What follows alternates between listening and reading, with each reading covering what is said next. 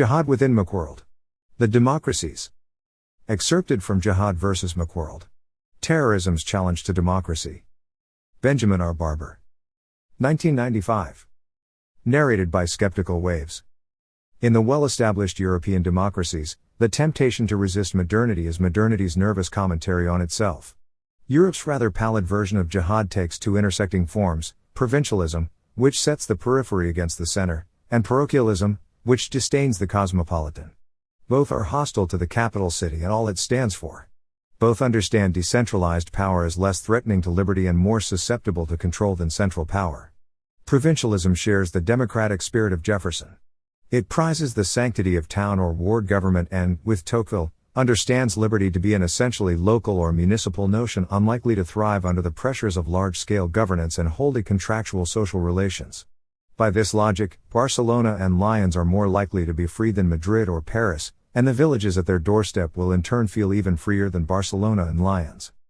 Parochialism adds to provincialism a cultural critique, descrying in the cosmopolitanism and commercialism of capital cities forces deeply corrupting to human association, atomism, agnosticism, anarchy, and anime, a series of terms whose prefix stresses the deracination or withoutness of a modern society reduced to its slightest particles and thus without communal coherence because it is without God and without order, without law and without justice.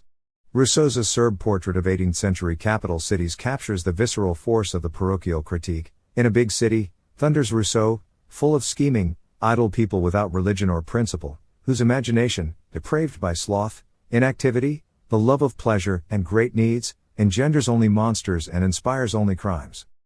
Occitan France. The France that is Paris and the France that is the provinces, La France profonde, have been at odds for most of the nation's history, the regional Parlement against the Bourbon monarchy, the landed aristocracy and their supported church against the Jacobins. When in World War II the French national center collapsed and Paris and the North were occupied by the army of the Third Reich, it was the periphery under the collaborationist Vichy regime that took on the tasks of conservator for France, redefining its spirit along the way with agriculture, the only honest culture the French could afford to recognize under Nazi occupation. Parisians who in the 1920s and 1930s had despised village life, in the 1940s suddenly discover long-lost relatives in the provinces, country cousins with whom a newly unearthed cultural identity could be affirmed. Even today, Parisians seek second homes in peripheral villages where they can escape not just French modernity, but McWorld's tawdry intrusions into Paris or the grinning visage of Mickey mocking them from Euro Disney just a few miles to the east. The irony is that the fast trains and superhighways by which these weekend traditionalists render the periphery accessible to Paris are destroying the rural landscape they wish to honor, just as their ex-urban occupation of quiet farm villages infects these hamlets with a corrosive cosmopolitanism even as it gives the cosmopolitans the illusion of a respite from McWorld. Here Jihad and McWorld intersect, McWorld spent consumers, who cannot do for more than a long weekend without the twin fixes of 20th century consumerism and 21st century technology, periodically excuse themselves from the city and its suburbs to inhabit Jihad's contrived ethnic identities dans la campagne or off das Land.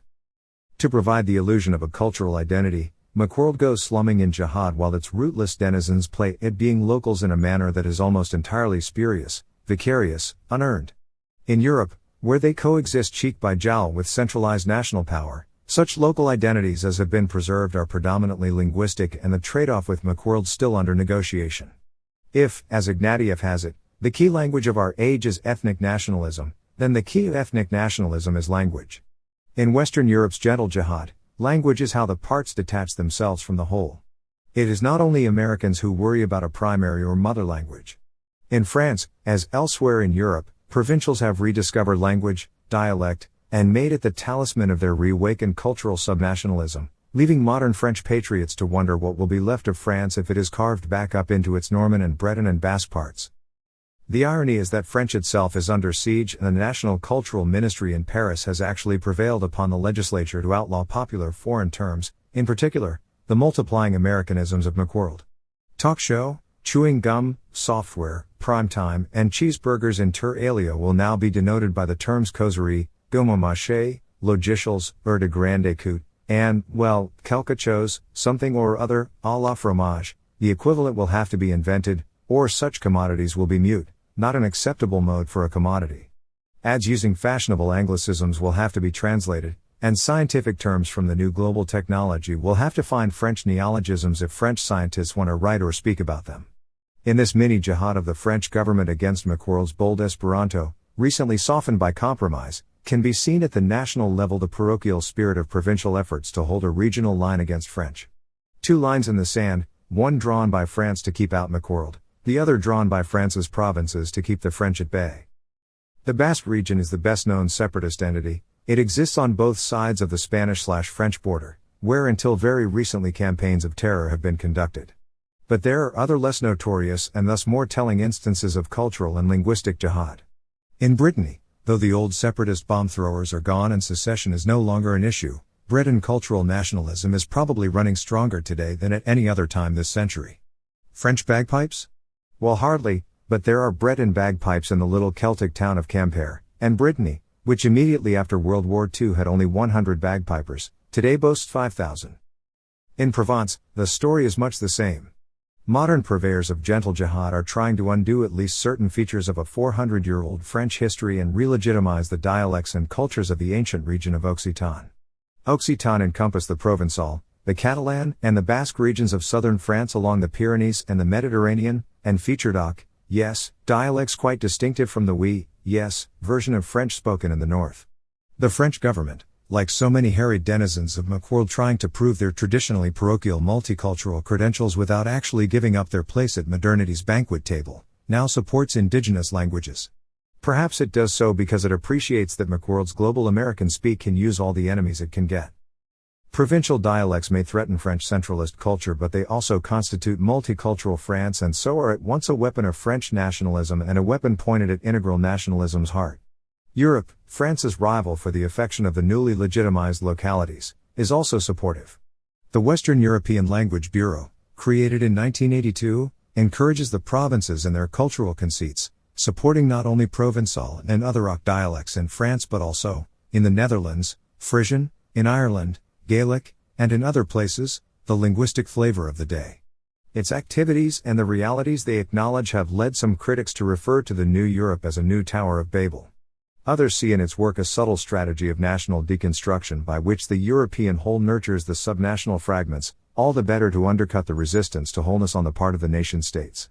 In holding French centralists at bay, Provence may thus welcome support from Europe. Whatever strategies are at work, parochial culture is not much enhanced. Despite support, and the opening of new bilingual schools in Nîmes and elsewhere, Provençal has hardly become a living language. Less than 50,000 speak Breton and only half of those can write it. The model, unfortunately, is not the Flemish spoken at Dunkirk nor the French version of Catalan nor the German spoken in Italy's Alto Adige, France's Alsace, or Russia's Kaliningrad. In each of these cases, a local language survives because it is spoken by a substantial population across a proximate border. Breton and Provençal, on the other hand, like Corsican and Latin, exist in splendid isolation, fragments of an otherwise vanished cultural legacy. Whether or not there are as many as 3 million, as some claim, who speak some words of one of the 6 dialects of Occitan, and whether or not the nominal Occitan dialect news programs being broadcast from Toulouse and Marseille really have listeners, the focus on Occitan revival is part of a larger campaign to vitalize and legitimize the provinces against McWorld's Parisian center, and parallel similar efforts in Belgium and in Switzerland. In the Alps, for example, there are fewer than 40,000 speakers of Rhétu Romanche and Latin left in the canton of Graubünden, and despite official efforts on behalf of pluralism, surviving Latinate dialects seem unlikely ever to be more than a cantonal museum culture. Spanish? Catalonia. The intellectuals involved in the Western European local cultural revival are deeply ambiguous about what they are doing. On the one hand, they do not necessarily see themselves as enemies of cosmopolitanism, and they deny that there is any relationship between what they advocate and the kinds of ethnic warfare being conducted further to the east. Some see themselves as securing bastions of local democracy, seedbeds for real participation in the all-European federation that will presumably emerge, if not immediately, sometime in the next millennium. Catalonia boasts that it is a country in Europe, and thereby can claim to serve both Jihad and McWorld, for it integrates itself into Europe precisely by segregating itself from Spain. We are not Spaniards, we are Catalonians, but Catalonians are Europeans, better Europeans than the Spanish. In an ongoing advertising campaign that began before the 1992 Barcelona Summer Olympics and continues into the present, The provincial government of Catalonia managed to have it both ways, outraging Madrid by printing maps that highlight Catalonia as part of Europe but omit Spain altogether. It would be as if California ran ads in Japan portraying itself as a vital appendage of the Pacific Rim installed by inadvertence on a nameless North American continent. Catalan nationalist leader and provincial president Jordi Pujol has played a noisy role in Spanish politics and created pressures that moved Spain's crafty King Juan Carlos to address the opening ceremonies of the 1992 Olympic Games in Catalan dialect. Courtesy of Señor Pujol, the well-liked monarch had been booed only 3 years earlier at the Barcelona Olympic Stadium dedication, and many Catalonians had demanded that their athletes be permitted to compete separately from the Spanish team. Pujol himself is a viperous nationalist who not only helped make Catalan the official language of schools and universities, non-Catalans must use it if they wish to teach in Catalonia, but insisted Catalonia is as much a nation as Slovenia or Estonia. As happens with so many of Western Europe's subnationalists, the Catalonians' nominal bow toward Europe and McWorld is accompanied by a withdrawal from national sovereignty, in this case, Spain's. Far from resisting McWorld's markets, Catalonia seeks a special relationship with them. Unlike Catalonia, the Occitan regions have not yet quite realized they can blockade the capital without turning their backs on McWorld. Gerard Gairin, a professor of Occitan at Montpellier University, insists his concern with local language is free of exclusivist animus. But, he explains, the strengthening of the local language is vital to preserving the region's character because the south of France is changing so rapidly. New high-technology industries are settling in France's version of the Sunbelt, outsiders are buying up entire villages as vacation spots, and television is barraging young people with images in which their own world never appears. Gairin does not quite specify that the enemy is McWorld, but he is explicit about containing the Americanization of France and of Europe. Unlike Pujol, he has not yet grasped that Sunbelt industries rooting in France's southwest can actually catalyze local pride and give economic sustenance to parochial pretensions to autonomy. Nonetheless, like partisans of local culture elsewhere, Gairin does confront McWorld with a profound ambivalence that is evident in Switzerland as well as in North America's most dramatic case of separatism, Quebec. German Switzerland. Switzerland exemplifies the problems Europe faces as a whole, for as a nation it has chosen to defy Europe and the supposedly irreversible pressures of McWorld's markets from the contradictory stance of a highly successful practitioner of market economics. In doing so, it has also managed to open up deep inner fissures that threaten to destabilize Switzerland's own confederal equilibrium. Long a loosely federated neutral nation forged from German, French, and Italian, and Rhétu-Romanche fragments, the Swiss, like the Americans, have seen themselves as an exceptionalist country Sonderfall Schweiz. And on the basis of their unique geographical position astride Europe and their long-standing armed neutrality, have resisted efforts at integration into a greater Europe, and refused entry into the United Nations in a 1967 national referendum. At the end of 1992, following an unnerving Danish no to the Maastricht Treaty, the Swiss also voted no on membership in the European Free Trade Association, as a preamble to membership in the common market. Their negative vote followed cultural fault lines, with the French-Swiss voting overwhelmingly for Europe and the German-Swiss overwhelmingly against. It had been hard enough for the German-Swiss to surrender their precious semi-sovereignty to a new federal government back in 1848 when the modern constitution eroded certain crucial cantonal privileges. In 1992 it was not so much Switzerland, whose elites the federal government, the major parties both conservative and liberal, as well as corporate, banking, and even many union leaders fully supported Europe, but rather the cantons and communes that led the obstinate resistance. The elites spent millions trying to prod the citizenry out of its democratic parochialism, warning them that a no vote could put the Swiss multinationals out of business, or at least out of Switzerland, and turn Switzerland into the Nepal of Europe.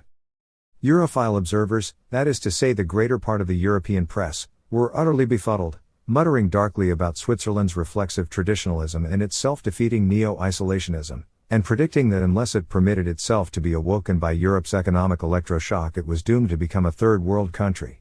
Yet the Swiss have one of the highest standards of living in the world, higher than the United States, are committed free traders, and have been participants in the building of the financial ectoskeleton of McWorld. They are not stupid. What was at stake for Switzerland's reluctant Europeans was not a reactionary jihad against modernity. Rather, the German Swiss in particular, but also the Italian Swiss who in the canton of Ticino voted nearly 62% no, were struggling against Europe in the name of cultural autonomy and regional democracy, two frequently disjunctive values that for unique historical reasons have intersected in Switzerland. Indeed, in Europe's oldest and most decentralized democracy, Not just the cantons but the communes enjoy prerogatives few other constitutions in the world afford to people locally. Gemeinde Freiheit, communal liberty, and Kantonlogist, the local spirit of the canton, apparently remain values worth fighting for, even at the cost of the rewards of economic integration. But the tradition to which the Swiss cling is local democracy, and their loyalty may in part be due to the powerful impression left by Euro technocrats and McWorld marketeers that democracy is simply not part of the global game they are playing. In Switzerland, then, the struggle against McWorld is to a degree a self-conscious struggle on behalf of a parochial culture that happens to be generically associated with self-government and regional liberty. Perhaps alone among the partisans of Jihad, the Swiss are struggling to preserve a traditional culture against modernity in the name of democracy. Where elsewhere isolationists fight against both markets and democracy as twin products of a homogenizing modernity they fear, in the Alps they oppose homogeneity because it imperils democracy. Since it came to Switzerland long before the Enlightenment, even the Enlightenment's most savage critics can count democracy as their ally rather than their enemy. The refusal of the Swiss to buy into the McWorld for which their economic success has prepared them was again underscored in February 1994 when, in still another display of referendum obstinacy, they voted to ban all heavy cargo truck traffic through the Alps, ruling that by the year 2004 cargo must be carried exclusively by rail. In doing so, they turned the clock back nearly a century to the time when the citizens of the canton of Graubünden legislated a ban on all automobile traffic from that canton's extensive and still virgin territory, a quarter of Switzerland's landmass.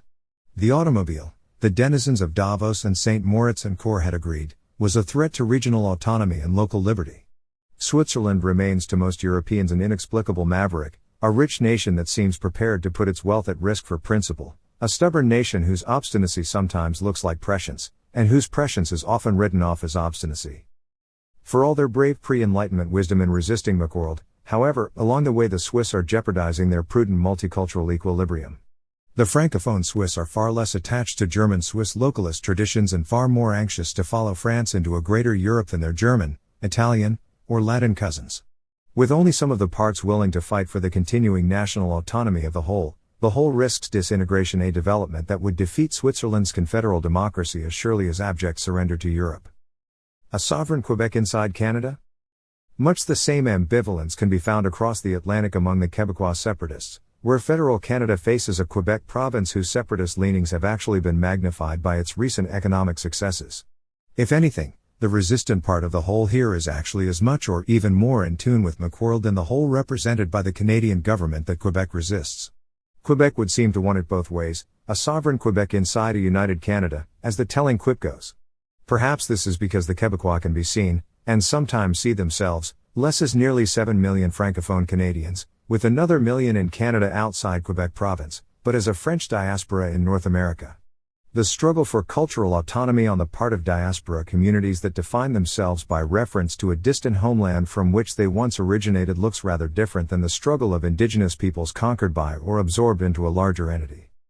Minority diasporas like the French in Canada, the overseas Indian or Chinese populations, and Jews outside of Israel have forged a friendlier and more economically progressive relationship to McWorld than others, perhaps because they depend on trade for their sustenance and foreign lifelines for their continuing cultural identity. A Quebecois who tries to pretend France does not matter, like a Polish Jew who lives as if there were no Israel, is vulnerable. Security lies in embracing an interdependent McWorld within which the mother cultures can root their legitimacy. Quebec thus favors its Francophone cultural roots at the same time it celebrates its emerging economic status as a highly productive economic partner no longer just of Canada's other provinces, but of the behemoth to the south and multiple overseas partners as well. Quebec Libre is no longer a Francophone entity caught up in poverty and backwardness compelled to retreat from an economically prosperous Anglophone Canada into a new isolationism. Rather, it is a proud French enclave on an English continent deploying a vigorous and growing economy on behalf of its burgeoning linkages to the world beyond Canada. Jihad here embraces economic modernism even as it rejects the multicultural nation-state. Quebec's place in Jihad is complicated by the dilemmas it creates for two related peoples, its own native Cree Indian population, and a million or so non-separatist, non-Quebecois Canadian French who rely on Quebec for their status in Canada as Quebec relies on France. Native American Crees have made their own case for separatism within Quebec, although in the language of a people who see themselves more as guests on the land than its owners.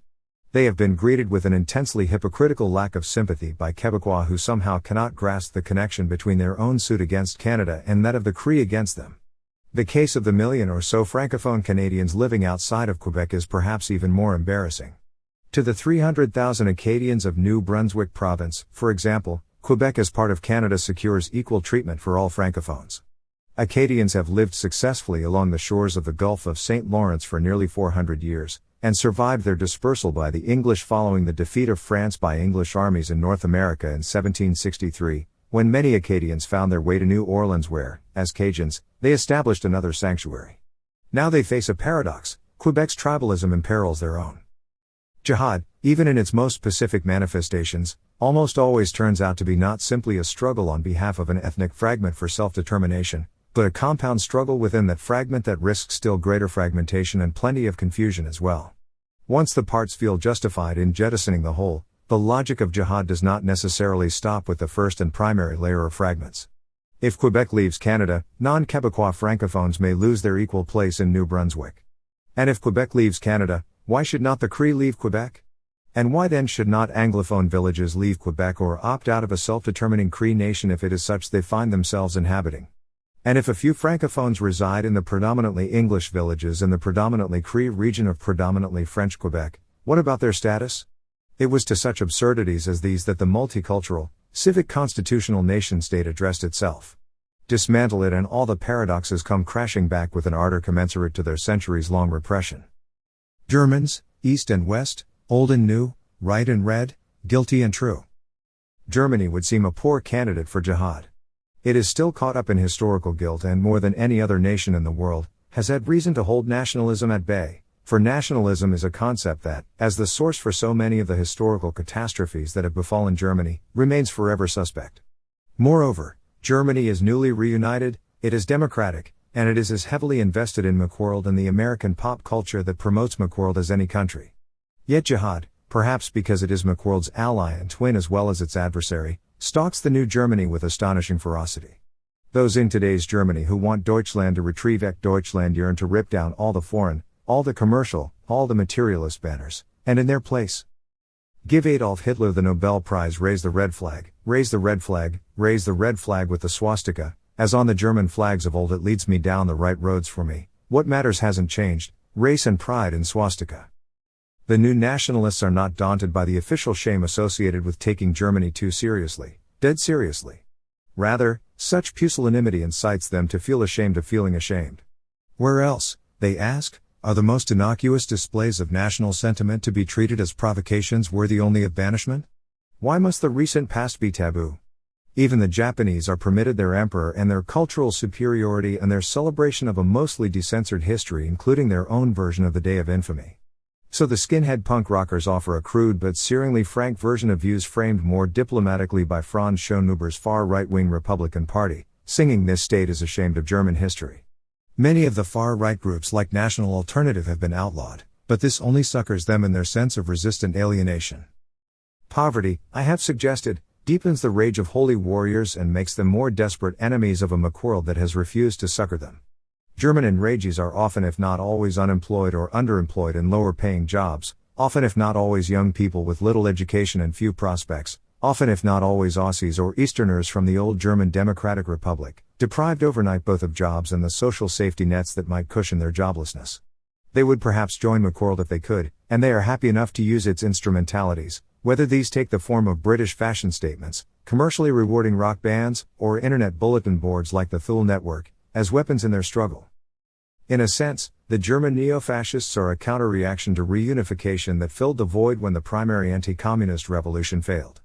Had the indigenous political movements that helped bring down first the Iron Curtain and then the Berlin Wall survived the traumatic passage to German reunification and been even a little successful in the West-dominated elections that came soon afterwards, Aussie extremism might have been averted. But the citizens' movement that constituted itself as Neues Forum, New Forum, and the intellectuals and workers who had sought a third way, some version of civil society between state coercive communism and private market capitalism, drown in what we might call liberty's second wave. Privatization quickly displaced democratization on the German agenda, which for East Germans meant that the price they had to pay for individual liberty was a total loss of regional autonomy. After 4 years of this experience, it is not so surprising that many East Germans, disgusted by the West and fearful of the rightists in their midst, have realigned themselves with a revamped Communist Party that has itself become a voice against McWorld. With civil society's third way out of the question, and the second, capitalist, way so disappointing, they are renegotiating the first, communist, way. In the June 1994 German local elections, as in Hungary, Latvia, and a number of other nations, communists running on the renamed Democratic Socialist Party ticket emerged as the most powerful entity in a number of localities and won the mayoralty campaign in the Saxon town of Hoyerswerda, which had experienced skinhead violence against foreigners earlier in the year. Where the old left is regrouping around opposition to the vices of capitalism, the new right, resentment transformed into pathology, is waging an anti-foreign, anti-materialist Kulturkampf. Today, most neo-Nazis and skinheads seem well beyond the ministrations of either McWorld or the democratic socialist opposition to it. To those who are East Germans, impoverished and increasingly nostalgic, with unemployment at 16% or worse, over double the national norm, and far worse still among the young, it is easy to regard West Germans as and other aggressive agents of McWorld and traitors to the real Germany, rather like the Jews were made out to be in the 1920s. Up to 25% of East Germans under 25 are thought to harbor right-wing sentiments. And for those unwilling to revile their West German cousins, Germany's labor minions, foreign workers from Turkey and points east and south, give to otherness a distinctively alien character, different habits and mores, a foreign accent, darker skin tones, as well as a corporal embodiment that invites violent retribution. Poverty roughens the already jagged edges of alienation. We can again turn to the right's rancorous rock lyrics, cited above, to hear the economic side of the story. Times are tough for the German people. Foreign troops still occupy our land. 40 years of calamity and corruption. The hostile warriors are blackshirt greens. Lust for profits poisons our environment. They groan, and though their own taste is teen tawdry and calculated more to shock their peers than to embrace their forebears. No traditional lederhosen shorts or student fraternity caps here. They know McDonald's is a dump and resent the incursions of global culture that to them are perhaps most paradoxically evident in their own inability to resist them. The real foreigners, as against the symbolic foreigners, rich West Germans, Yanks, the merchants of McWorld, are another matter. Foreigners out is an easier slogan to sell than McDonald's out. There are nearly 2 million Turks in Germany, 140,000 in Berlin alone, and they can be not only resisted but trashed, assaulted, and incinerated in their squalid barracks. In 1990 there were a few hundred attacks. 2 years later there were several thousand. 636 rightist crimes from January through October 1992 alone. There are probably not more than 50,000 right-wing extremists, of whom not more than 6,500 are neo-Nazis in Germany today. But as the gorilla swims in the sea of the people, so the radical right in Germany gives voice to repressed resentments shared by many Germans, though, to be sure, only a minority. Indeed, there are far more intermarriages between Turks and Germans than assaults. Still, the German weekly Der Spiegel offered a survey showing that 73% of Germans thought foreigners were a problem on which the country had to get a grip, even though 85% of Germans consistently deplore violence against guest workers. Not all of the assailants are skinheads, and not all of the victims are foreigners. Jews, reporters, and liberals have also been attacked. The assaults on Turkish hostels in eastern towns like Magdeburg, Solingen, Mölln, or Rostock are a means to an end. Just as Poland has managed to cultivate a new anti-Semitism without Jews, German skinheads are capable of nurturing their resentment of foreigners without Turks, who are only obvious and vulnerable underclass symbols of the McWorld overclass, and in particular the West German overclass, that has sold them out. And because they are not just frustrated adolescents, but political warriors, their ultimate target is not really Turks or Greeks at all but Germany, the Germany that has surrendered to McWorld. Germany in turn reacts to its assailants not just by talking about justice and human rights. Instead, it confirms a part of the right-wing critique by worrying about its image and its attractiveness to investors and wondering whether violence will jeopardize its Olympian, or, better, McWorldian, bid for the Olympic Games in the year 2000. I am not among those who think the Germans are peculiarly vulnerable to the worst that is in their history. I suspect that the hundreds of thousands of German citizens who have marched in candlelight processions in condemnation of rightist violence and racism will win the struggle for the postmodern German soul. But I am less sanguine about the capacity of the Germans, or anyone else, to contain McWorld or to render it democratic. And it may be the struggle against McWorld that will give Germany's teen fascists and rock Nazis their most significant and dangerous following.